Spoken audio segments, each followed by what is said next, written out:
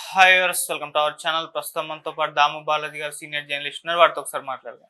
Sir నమస్కారం. Sir, Iran Israel మధ్య ఒక యుద్ధ వాతావరణం అయితే నెలకొంది సార్. మనం అటాక్స్ చేసుకోవడం కూడా చూస్తాం. మొన్ననే 200 మిసైల్స్ ని ఇజ్రాయెల్ మీద ఇరాన్ ప్రయోగించింది. అయితే ఇప్పుడు వీళ్ళిద్దరి మధ్య, ఈ రెండు దేశాల మధ్య యుద్ధం అయితే కంపల్సరీగా జరుగుతుంది తొందరలో అని అంటున్నారు. ఒకవేళ యుద్ధంగానే జరిగితే దాని ప్రభావం భారతదేశం మీద ఏ విధంగా ఉంటుంది? మరి దాన్ని ఇండియా ఏ విధంగా హ్యాండిల్ చేస్తుంది సార్? ఇరాన్ ఇజ్రాయిల్ ఈ ఇద్దరి మధ్య వార్ అయితే అనివార్యంగా కనిపిస్తుంది. ఈ వార్ ఏ స్థాయిలో ఉంటుంది, దీని ప్రభావం ఎలా ఉంటుంది అనేది ఇప్పుడే చెప్పలేం, కానీ వార్ మాత్రం ఖచ్చితంగా ఉంటుంది. దీనికి ఇటీవల డెవలప్మెంట్స్ చెప్పుకోవాలంటే సింపుల్గా మనకి లాస్ట్ ఇయర్ అక్టోబర్ 7న హమాస్ ఒక ఉగ్రదాడి ఇజ్రాయిల్ మీద చేసింది. దాంట్లో 1200 మంది చనిపోయారు. దానికి అట్లాగే కొంతమందిని బందీలుగా కూడా తీసుకెళ్ళింది హమాస్. వాళ్ళు చెప్పేది ఏంటంటే ఆల్రెడీ పాలస్తీనా వెస్ట్ బ్యాంక్ని ఒక బందీఖానాలాగా మార్చేసింది. మా భూభాగంలోకి వచ్చి వాళ్ళ సైన్యాన్ని నింపేసి మా దేశంలో మమ్మల్ని ఒక బందీలుగా మార్చేసింది. అట్లాగే ఇటు గాజాలో కూడా కంప్లీట్గా దిగ్బంధనం చేసేసి మాకు ఏ రకమైన మెడిసిన్స్ కావచ్చు, నిత్యావసర సరుకులు కావచ్చు, ఇవన్నీ రాకుండా ఆపేసింది. దాంతో మేము ఏం చేయాలో మాకు పాలుపోని పరిస్థితి ఉంది. రెండోది, మా వాళ్ళని చాలామందిని వాళ్ళ జైళ్ళల్లో, ఇజ్రాయెల్ జైళ్ళల్లో బంధించింది. వీటన్నిటి వల్ల మేము దాడి చేశామని వాళ్ళ ఎక్స్ప్లెనేషన్ వాళ్ళు ఇచ్చారు. అయితే దీంతో ఇజ్రాయెల్ ఏం చేసిందంటే పెద్ద ఎత్తున ఆల్అవుట్ వార్ ప్రకటించింది గాజా మీద. గాజా ప్రజలందరినీ, విపరీతమైన సామాన్య ప్రజలను ఓచుకోత కోయడం అనేది చేసింది. 41,000 మందిని ఇప్పటివరకు చంపింది. దాదాపు 1,00,000 మంది తీవ్రంగా గాయపడ్డారు. భూమి మీద నరకం అనే పరిస్థితిని అక్కడ క్రియేట్ చేసింది. మందులు లేవు, వాళ్ళకి నిత్యావసర సరుకులు లేవు, ఇన్ఫ్రాస్ట్రక్చర్ లేదు. దాదాపు 20,000 మంది పిల్లలు చనిపోయారు. మిగతా 40,000-50,000 మంది పిల్లలు అంగవికలరు, గుడ్డివాళ్ళు, కుంటివాళ్ళు ఇలాగ అయిపోయారు. ఒక దారుణమైన పరిస్థితిని అక్కడ ఇజ్రాయెల్ సృష్టించింది. దీనికి వ్యతిరేకంగా యుఎన్ఓ కావచ్చు, లేకపోతే ఇంటర్నేషనల్ కోర్ట్ ఆఫ్ జస్టిస్ కావచ్చు, అంతర్జాతీయ సమాజం అంతా కూడా ఇజ్రాయెల్ని వార్ క్రిమినల్గా డిక్లేర్ చేసి ఇజ్రాయెల్ మీద తీవ్రమైన విమర్శలు చేస్తున్నప్పుడు కూడా ఇజ్రాయెల్ ఏమాత్రం వెనక్కి అడుగు వేయలేదు. దీనికి ప్రధాన కారణం అమెరికా ఇజ్రాయెల్కి సపోర్ట్ చేస్తుంది. అమెరికా కూడా అప్పుడప్పుడు చెప్తుంది వారిని విరమించండి, యుద్ధ విరమణ చేయండి, అవన్నీ చెప్తుంది, కానీ అది కేర్ చేయట్లేదు ఇజ్రాయెల్. అమెరికా సలహా చెప్పినట్టు నటిస్తుంది, ఇజ్రాయెల్ విన్నట్టు నటిస్తుంది తప్ప ఇజ్రాయెల్ వినదు. అమెరికా కూడా దానికి సంబంధించి ఏమీ చేయదు. అదే వేరే వాళ్ళు వినకపోతే మాత్రం అమెరికా ఆంక్షలు విధిస్తుంది. ఇరాన్ మీద ఆంక్షలు ఉన్నాయి, రష్యా లాంటి దేశాల మీద కూడా అమెరికా ఆంక్షలు విధిస్తుంది. ఇజ్రాయెల్ మీద మాత్రం విధించదు. దీనికి ఒక కారణం ఏంటంటే అమెరికాలో ఉన్న పెట్టుబడిదారుల్లో దాదాపు 25% వరకు జ్యూస్ ఉన్నారు, యూదులు ఉన్నారు. వాళ్ళ ప్రెజర్ అమెరికా మీద బలంగా ఉంటుంది. రెండవది, మధ్యప్రాచ్యంలో అమెరికాకి ఇంట్రెస్టులు ఉన్నాయి. ఆ ఇంట్రెస్టులు అరబు ప్రపంచాన్ని కంట్రోల్ చేయడం ద్వారా ఆయిల్ కావచ్చు, మిగతా వనరులు కావచ్చు, అమెరికాకు కావాలి. దీనికి ఇజ్రాయెల్ అవసరం ఉంది. అట్లాగే ట్రేడ్కి సంబంధించి సూయజ్ కెనాల్ కావచ్చు, పాలస్తీనా కీ పొజిషన్లో ఉంది. వీటన్నిటి వల్ల ట్రేడ్ని కూడా కంట్రోల్ చేయడానికి ఈ ప్రాంతంలో అమెరికాకి ఇంట్రెస్ట్లు ఉన్నాయి. అట్లాగే జియో పొలిటికల్గా ఇంట్రెస్ట్లు కూడా అమెరికాకు ఉన్నాయి. వీటన్నిటి రీత్యా అమెరికాకు అవసరం. అది ఇజ్రాయెల్కి తెలుసు కాబట్టి అమెరికా మాట ఇజ్రాయెల్ వినదు. సో ఈ కాంటెక్స్లో ఏమైందంటే ఇటు పాలస్తీనా అరబ్బులకు మద్దతుగా ఇతర దేశాల్లో అరబ్బులు, ప్రధానంగా షియాలు, ముఖ్యంగా ఇరాన్లో కావచ్చు, తర్వాత సిరియాలో కావచ్చు, లెబనాన్లో కావచ్చు, వీళ్ళందరూ కూడా ఇజ్రాయెల్ మీద ఏదో ఒక రకమైన ఇబ్బంది పెట్టడానికి వీళ్ళు ట్రై చేస్తున్నారు. సౌత్ లెబనాన్ నుంచి నార్త్ ఇజ్రాయెల్ మీద అటాక్స్ చేయడం, ఇజ్రాయెల్ భూభాగంలోకి మిసైల్స్ పంపడం అనేది హిజ్బుల్లా గ్రూపు లెబనాన్ నుంచి ఆపరేట్ అవుతుంది.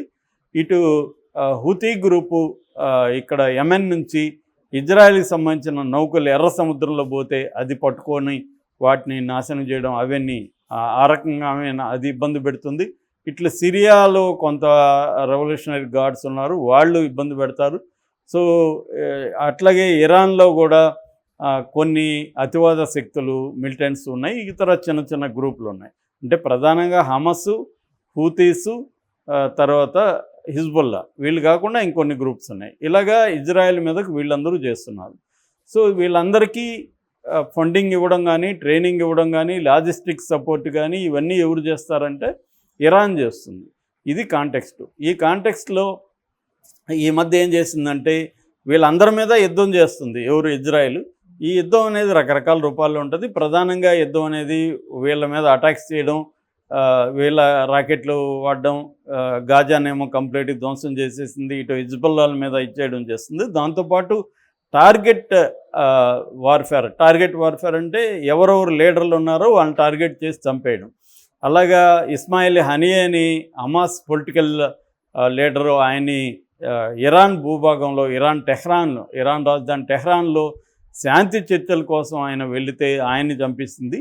ఆ తర్వాత హిజ్బుల్లాకు సంబంధించి 9 మంది కమాండర్లు ఉంటే 8 మందిని చంపేసింది. చివరికి వాళ్ళ సెక్రటరీ జనరల్ ఆయన హసన్ నస్రల్లా, ఆయన 32 ఏళ్ళుగా పోరాడుతున్నాడు. 32 ఏళ్ళుగా ఆయన ఒక కరిస్మాటిక్ ఫిగర్, మొత్తం అరబు ప్రపంచంలో ఆయన ఒక హీరో.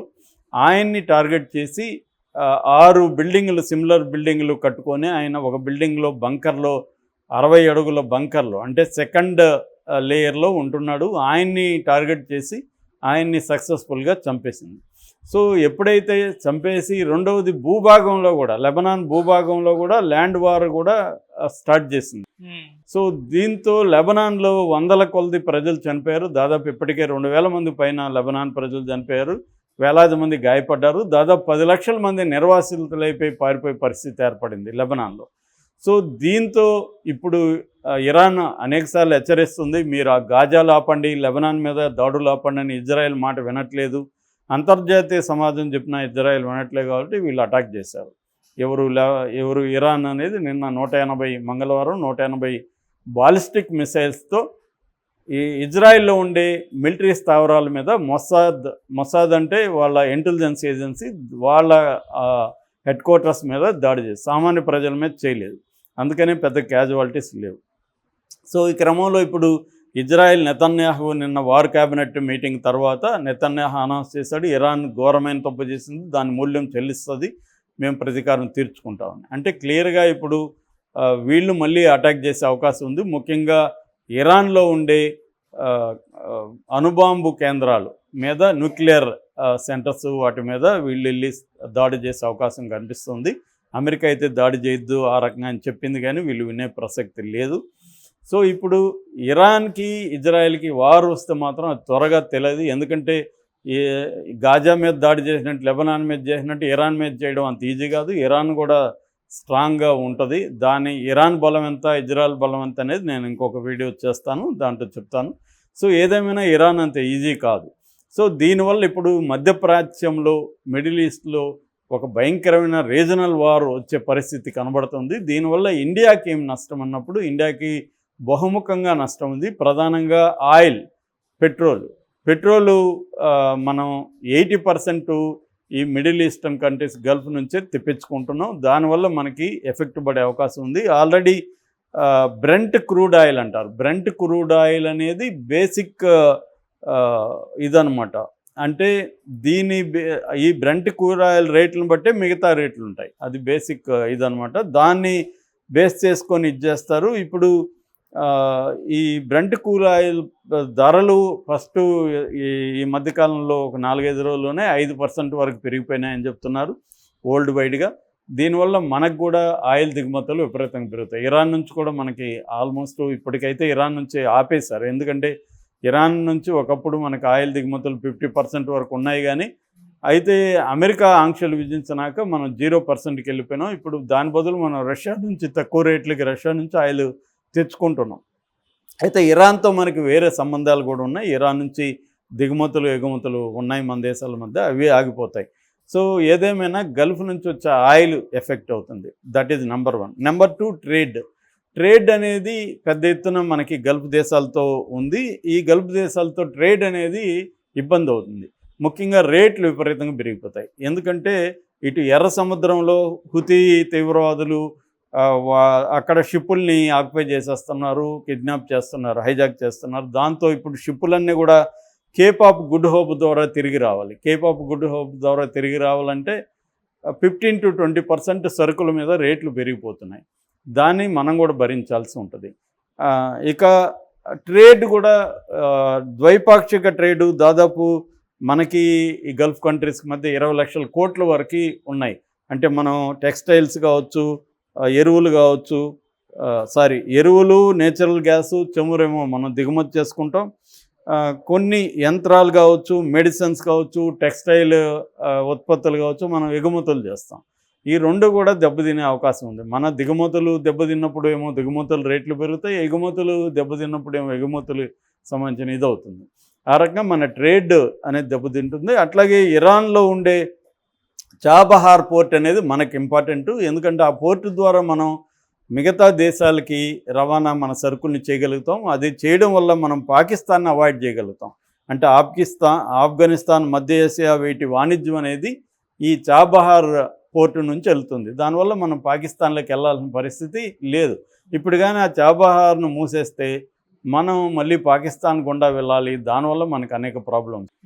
సో ఆ ట్రేడ్ దెబ్బతింటుంది. మూడవది 90 లక్షల మందికి పైగా, అంటే దాదాపు 1 కోటి మంది మన ఇండియన్స్ గల్ఫ్ కంట్రీస్లో పనిచేస్తున్నారు. ఇరాన్లో కూడా కొంతమంది ఉన్నారు. ఈవెన్ ఇజ్రాయెల్లో కూడా దాదాపు 1,00,000 మంది వరకు ఇజ్రాయెల్లో కూడా ఉన్నారు. ఆ మధ్య ఖతార్లో ఉన్న వాళ్ళంతా కూడా ఇజ్రాయెల్కి తరలించింది మన ప్రభుత్వం. సో వీళ్ళు ఎఫెక్ట్ అయ్యే అవకాశం ఉంది. ఎందుకంటే ఓన్లీ ఇజ్రాయెల్ మాత్రమే ఇరాన్ మీద బాంబు లేదు కదా, ఇరాన్ కూడా ఇజ్రాయెల్ మీద వేస్తుంది. వాళ్ళ ప్రజలు కూడా పెరిగే కొద్దీ జనావాసాల మీద కూడా పడతాయి. ఆ రకంగా మన వాళ్ళకి ఇబ్బంది. అట్లాగే వీళ్ళల్లో ఎక్కువ మందిని తరలించడం కూడా మేజర్ టాస్క్ అయిపోతుంది. అందువల్ల అక్కడ పనిచేసే మన ఎంప్లాయీస్కి ఇబ్బంది. దీనివల్ల ఏమవుతుందంటే ఇంకొక ఎఫెక్టు, వాళ్ళు పంపించే డాలర్స్, ఫారిన్ నిల్వలు అనేవి మనకు పడిపోతాయి. ఎందుకంటే దాదాపు 1 కోటి మంది పనిచేస్తున్నారు. వాళ్ళు మనకి లక్షల డాలర్స్లో మనకి ఇండియాకి కరెన్సీ వస్తుంది, ఫారిన్ కరెన్సీ. అదంతా కూడా మనకి ఇబ్బంది అవుతుంది. ఆ రకంగా కూడా ఇండియా ఎకనామిక్గా లాస్ అవుతుంది. ఇక ఫైనల్గా దౌత్య సంబంధాలు మన వాళ్ళు ఇండియాతో, మన ఇరాన్తో, ఇజ్రాయెల్తో ఒక రకంగా సమాన స్థాయిలోనే సంబంధాలు ఉన్నాయి. కొద్దిగా ఎక్కువగా ఇజ్రాయెల్తో ఉన్నాయని చెప్పొచ్చు. ఎందుకంటే ఇజ్రాయెల్ నుంచి యుద్ధ పరికరాలు, యుద్ధ యంత్రాలు, తర్వాత టెక్నాలజీ, ఇవన్నీ కూడా మనం దిగుమతి చేసుకుంటున్నాం. ఆ రకంగా మనకి ఇజ్రాయెల్తో మంచి సంబంధాలు ఉన్నాయి. మొన్న కూడా సెప్టెంబర్ 30 మన ప్రధానమంత్రి నెతన్యాహుకి ఇజ్రాయెల్ ప్రధానమంత్రి ఫోన్ చేశాడు, మాట్లాడాడు. సో ఒక పక్క ఇరాన్తో కూడా మనకు మంచిగా సంబంధాలు ఉన్నాయి. కానీ ఇప్పుడు ఇరాన్తో ఇబ్బందులు వచ్చినా, ఇటు ఇజ్రాయెల్తో వచ్చిన ఇబ్బందే మనకి. అంటే బ్యాలెన్స్గా ఉండడం కష్టమైపోతుంది. ఏదో ఒక సైడ్ తీసుకోవాలని పరిస్థితి. ఎందుకంటే ఇజ్రాయెల్కి ఏమో అమెరికా సపోర్ట్ చేస్తుంది. వెస్ట్రన్ కంట్రీస్ అంటే ఫ్రాన్స్ కావచ్చు, ఇంగ్లాండ్ కావచ్చు, జర్మనీ కావచ్చు ఇజ్రాయెల్కి సపోర్ట్ చేస్తున్నాయి. రష్యా, చైనా లాంటివి ఇక్కడ ఇరాన్కి సపోర్ట్ చేస్తుంది. కొన్ని గల్ఫ్ దేశాలేమో తటస్థంగా ఉండడానికి ట్రై చేస్తున్నాయి. కొన్ని ఏమో ఇజ్రాయెల్కి సపోర్ట్గా ఉంటున్నాయి. కొన్ని ఏమో ఇండియా. ఇవి అన్నిట్లో కూడా ఇండియాకి మంచి సంబంధాలు ఉన్నాయి. ట్రేడ్ అనేది ఇదైంది. తర్వాత మనం ఎకనామిక్ కారిడార్ ఒప్పందం కూడా G20 కంట్రీస్తో ఒప్పందం, మనం గల్ఫ్తో ఒప్పందంలో కూడా మనం భాగస్వామ్యం. దానివల్ల కూడా మనకి ట్రేడ్ అనేది స్మూత్గా జరుగుతుంది. ఇప్పుడు అది కూడా బ్రేక్ అయిపోతుంది. ఇలాగా మల్టిపుల్గా ఇండియా మీద ప్రభావం అనేది యుద్ధ ప్రభావం చూపిస్తుంది. మన ఎకనామీ మీద, మన ప్రజల మీద, మన స్టాక్ ఎక్స్చేంజ్ మీద, వీటన్నిటి మీద కూడా ప్రభావం చూపిస్తుంది. మన క్రూడ్ ఆయిల్ పెరిగితే ఇక్కడ కూడా రేట్లు, డీజిల్, పెట్రోల్ పెరిగితే సామాన్యుల మీద కూడా ఈ భారం పెరుగుతుంది. సో ఎక్కడో యుద్ధం జరుగుతుంది, నేను ఇజ్రాయెల్ వైపు ఉంటా, నేను ఇరాన్ వైపు ఉంటా అనుకునేదానికి లేదు. నువ్వు ఎవరి వైపు ఉంటావు అనేది సంబంధం లేదు. నీ మీద ప్రభావం కూడా పడుతుంది. కాబట్టి యుద్ధాన్ని మనం వ్యతిరేకించాల్సిన అవసరం ఉంది. శాంతిని కోరుకోవాల్సిన అవసరం అయితే ఉంది. Thank you so much.